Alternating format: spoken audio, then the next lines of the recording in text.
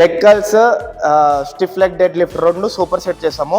So first leg curls heavy weight పెట్టుకోండి. మీరు heavy weight 12 count ఎట్లా చేస్తారో ఆ హెవీ వెయిట్ పెట్టుకోండి, పర్ఫామ్ చేయండి. ఈ ప్యాడ్ యాంకిల్ పైన ఉండాలి. 12 కౌంట్ పర్ఫామ్ చేయండి. సేమ్ మీరు 12 కౌంట్ అయిపోయాక వితౌట్ గ్యాప్ డెడ్ లిఫ్ట్ చేస్తారు. సో డెడ్ లిఫ్ట్ చేసినప్పుడు ఈ యాంకిల్ టో దగ్గర కొంచెం హెవీ హైట్ పెట్టుకోండి, ఏదైనా చిన్న weighted plates. Okay, dead lift చేసేటప్పుడు స్టిఫ్ లెగ్ డెడ్ లిఫ్ట్ చేసేటప్పుడు లెగ్స్ బెండ్ కావద్దు, ఓన్లీ లోవర్ బ్యాక్ బెండ్ కావాలి.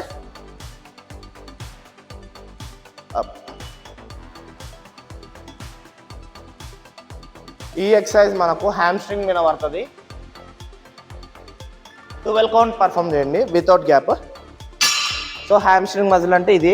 మనం ఆల్రెడీ లెగ్ కర్ల్స్ చేసినప్పుడు కూడా హ్యామ్స్ట్రింగ్ మజిల్ పడుతుంది, స్టిఫ్ లెగ్ డెడ్ లిఫ్ట్ కూడా హ్యామ్స్ట్రింగ్ మజిల్ మీద ఇంపాక్ట్ పడుతుంది. 1 minute బ్రేక్ తీసుకొని 4 sets.